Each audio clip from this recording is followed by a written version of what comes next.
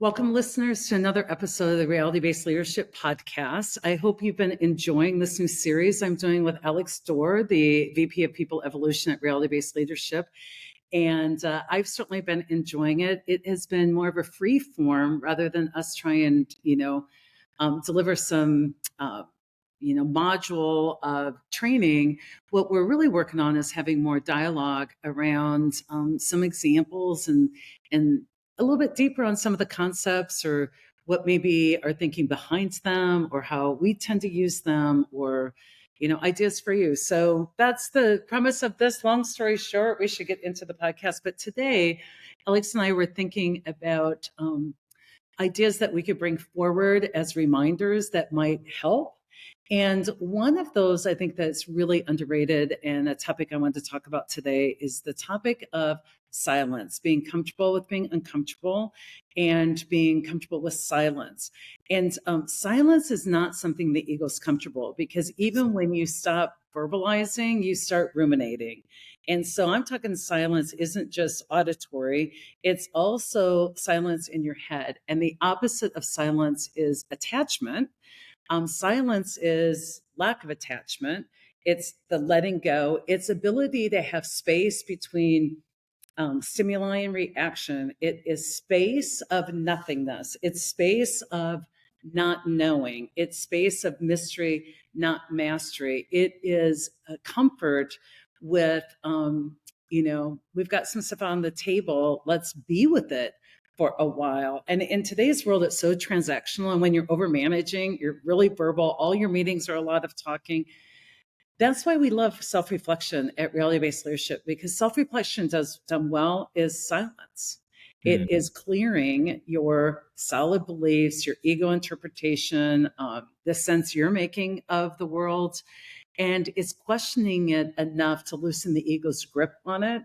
And so silence is akin to space and spaciousness and the space to think multiple things could be true. And the space, the crack that really lets the light in, because as much of us, we like to move through the I know world, very few of us are willing to move through the I don't know world. And that takes silence where we're entertaining what could be true or more true. And we're questioning, is it true and always true? And it's in that silence that is the only space for self-reflection. So what I started to say, reality-based leadership is based on self-reflection. The way I know you're self-reflecting, the most obvious symptom of self-reflection is silence. It is quiet journaling or shutting down the brain. It's being willing to sit in mystery for a while. So I thought it was a good topic because I hear a lot of people not very good at silence. They want to know the inside. What do I say when? They want to know the answer. They want, what tool do I use? What do I do? What do I say? How do I respond? And they want to know the quick answer instead of, let's just spend some time together, increase the pool of shared meaning, like they talk about crucial conversations, and be okay while we, get exposed to this. Like let's think together. And that's the invitation a lot of us aren't making. Yeah, there was a client you were working with. I think this was back during the pandemic, but they changed us a little bit. They were like, what we try and do is crawl, walk, but never run. And I liked that because I feel like so many groups are like run, run, run, run, or someone brings up an idea, next person jumps on it. It's just go, go, go, go, go, execute, execute. And they really focused on like crawl. I think that is like, let's get clear on it. Maybe there's some silence. We'll put a question out there. We'll get a visual out there. Let's reflect on it, get intentional. And then, what we say next, does it add clarity or chaos? And you're doing a little bit of like self-auditing. Like, do I bring up my first idea? Let me sit with that. Maybe jot a few things in my notebook before I add that idea. And, I like that. And the question that was brought up in one of my sessions is what if when I try something of reality-based leadership, whether it's a new coaching question, or instead of jumping into fix, I try and toggle someone up, or I set up my first tool. And as they're looking at it, they just get silent and it just gets really awkward. And I found that early on when I was bringing these tools as a trainer, like as a facilitator with groups, I couldn't sit very long in that silence. One, it might have been my discomfort with knowing where the tool would end up. or my competence in some of the tools. But I learned with some of these, the more you just trust the steps of them, the more you can allow more space of silence. And then the more you know, like as you do reality-based leadership, you start to realize as a leader, you don't have to know very many answers. You're just pointing to the reality, some of our constraints, the problem as it really is. And then the answer really comes in the room if you allow the silence. And so that was my thoughts to kick off this podcast. And some of the things I just had to learn, I think, from you, Sai, was like in those moments, when there's that silence, like drink a glass of water, act like you dropped your pen, look out the window for a second at the trees. Like you got to figure out something, because I'm also, we'll talk about this later, like more of an extrovert size, an introvert. I just would struggle with that. And I found it's a key thing for leaders, regardless of some of those things, to add to your toolkit. It's like a secret tool that I think isn't being used very much. Yeah. I think it's a new, leadership competency that goes along with when I am talking and writing about holding the center. A lot Mm. of holding the center means as people go to extremes, you don't honor that interpretation of the world, and you just say, I'm going to be an elder. I'm going to sit quietly here and be here when you get back. And you'll learn to trust that I don't go where you go. I hold the center, and I'm going to stay quiet and uninterfered with. Most people can't stay extreme, uninterfered with, Mm. unargued with. A 2-year-old I had one son who used to have some tantrums, and he was so strategic, man. He never did those in private. He only did those. It's kind of like he knew his mom was a public figure. So after about 3 people recognized me in the grocery store, he's like perfect audience, right? I don't want to make up a story about him, but it just felt like that. And he would throw a tantrum, and I would do all of that, like, you are not doing that here, like, get up.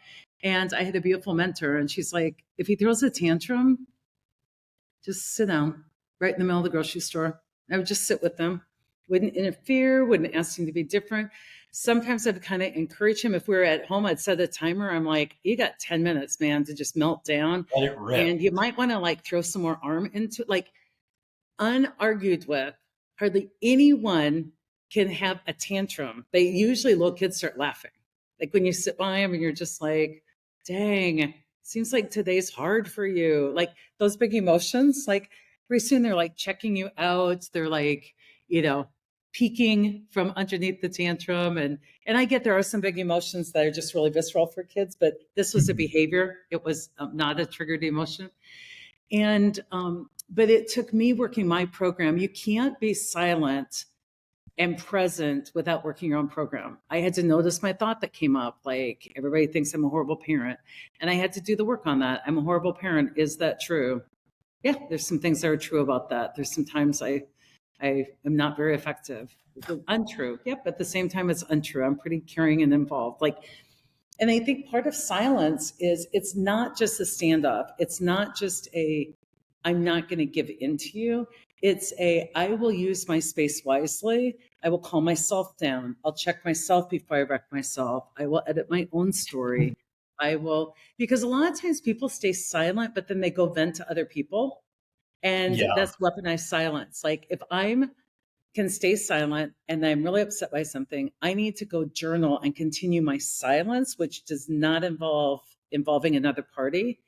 And it's getting myself right, checking myself before I wreck myself, getting clear.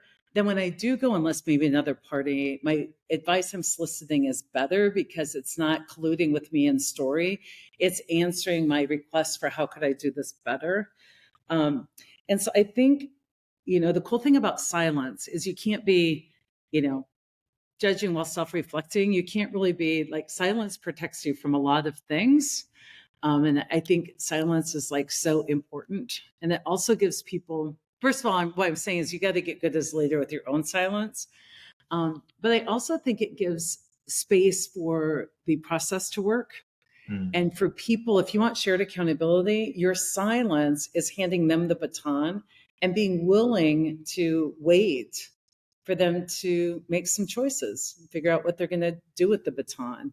And for me, being silent is remembering my role. Like I could think of 100 ways that you should be putting on your negative brainstorming to fix your problem, but it's not my problem.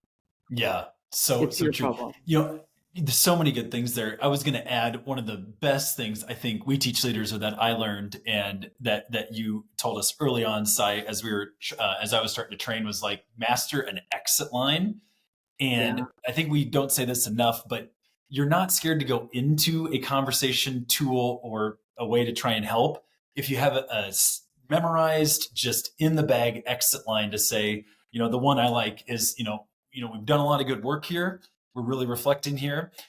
Let's just table this for now. We'll go on to the next action item if it's a group setting, or let's talk about the next thing. We'll come back to this maybe later in the meeting, or next week sometime, or whatever it is. And that exit line is right when there might be that silence and a little bit of awkwardness. You sense there's something else going on besides just, working into how we could. You can then just give it some space. Everybody gets the ego off the hook, and we can all walk and process. And another thing that I found is, if you're using some of the reality-based leadership tools, is it's not that it's not working when there's silence. People are like, it totally, flopped. It's like you might have gotten set, halfway there, 50% there. Sometimes you can say, let's all just email this out. I'll take a picture of what we're working on, or I'll send, this sketch I have, and let's walk with this for a few days. And then I'll connect either individually, or we'll just, get together and see if there's any ideas that have come up. And I think taking it from like the silence as being it's not working, or what your hope is happening as far as ideas coming up or people sharing, is there could be a ton of things going on. It could be people processing. It could be so many things. So I think the exit line, and then maybe moving that thing you're working on to an assignment for self-reflection with a couple of days of space, both of those can be great when this happens. And I think what you're hitting on, I would even take to a bigger statement. So I used the tool, it was met with silence, it didn't work. So that's ego math. I used the tool, it went to silence. That's such a great sign that's working. I've stopped the verbal dialogue. Silence equals reflection.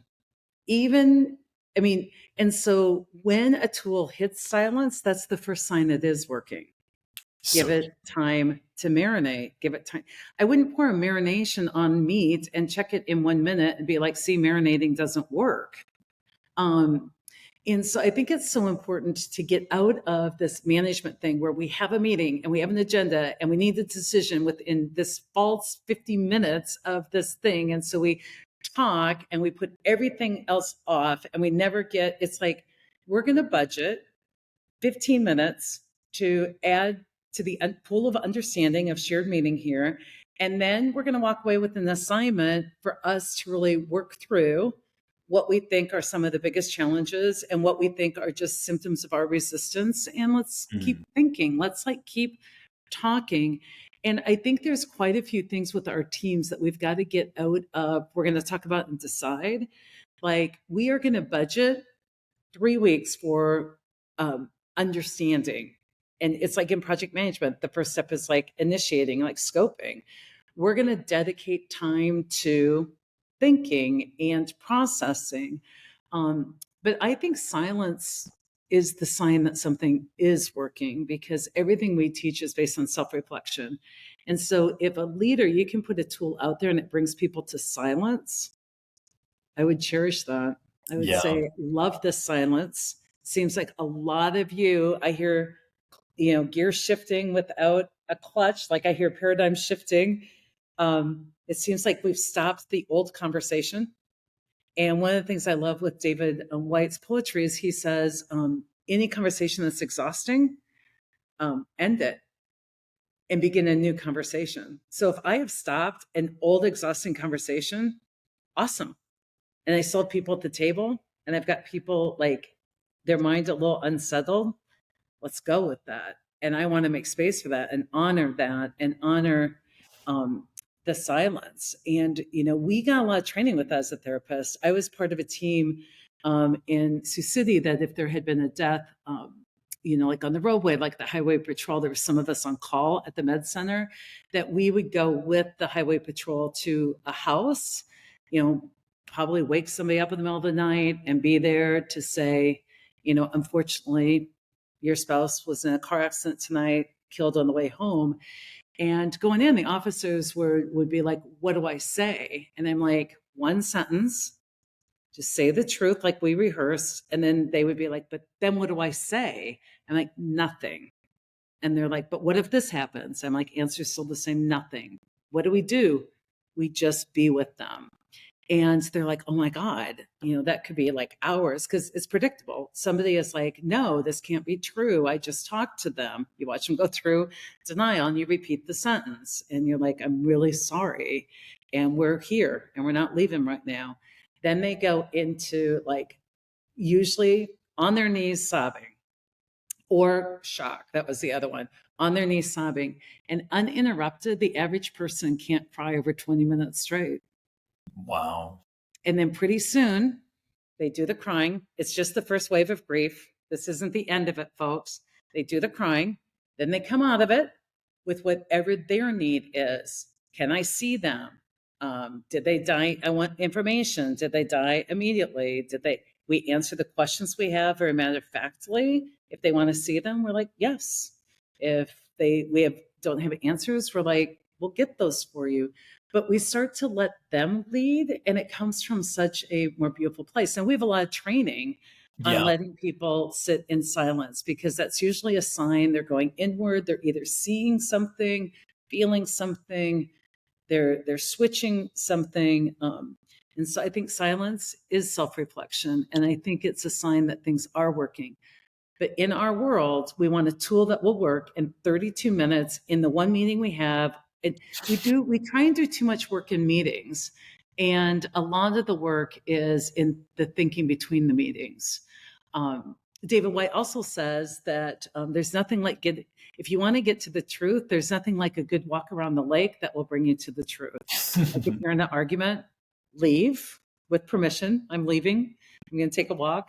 And then the Gottmans say, if you're in an argument, take a break, but don't use the break to ruminate. Use the break for silence. Leave it, go do something else, and come back. And so I think silence is such a positive sign that things are working. There was a workshop about like just saying the one line, waiting, and the silence sometimes does all the work. People are like, "Well, I'm doing nothing," and the answer is you're actually doing everything that Let you can silence do the do, heavy and lifting you're for being you. that conduit. I was thinking a lot about the topic that got brought up at the workshop with a bunch of leaders was like what to do with like complaining or someone that's bringing up like the constant issues. And of course, reality-based leadership mind, I'm like, there's a tool for that. Let's try edit your story. And I remember the teacher or our facilitator was like, one technique you could try is literally just sit in silence as they just keep going. Yeah. And eventually he said like after 45 minutes or an hour, or maybe you have the numbers better, like based on what you said there, it just simmers down and they realize like you just sat there and you're engaged, but they just Yeah. Hold realized the like that center. was not okay. And of course that drove me nuts because on the business side, I'm thinking we're paid to use resources wisely. Venting is not helpful for others. It creates grudges, especially if it's an untrue story. So I'm like, but we could have edited this story and it was only a 15-minute comment. That's in my head. But I'm like, I didn't like that response. I don't know if I'd trained that response, but that's really powerful. And I probably for 3 months, I'm like, that was not good advice. And then now that I think about it, I was like, that was pretty wise advice as another technique. And I think the question wasn't even about, was it business or in, personal life? So that was interesting. You said that. I just remember that experience. Well, and I think too, we've got to be really careful because the ego morphs everything. We started saying, gosh, if you're not using some of these tools because people were not using them, you're not practicing reality-based leadership.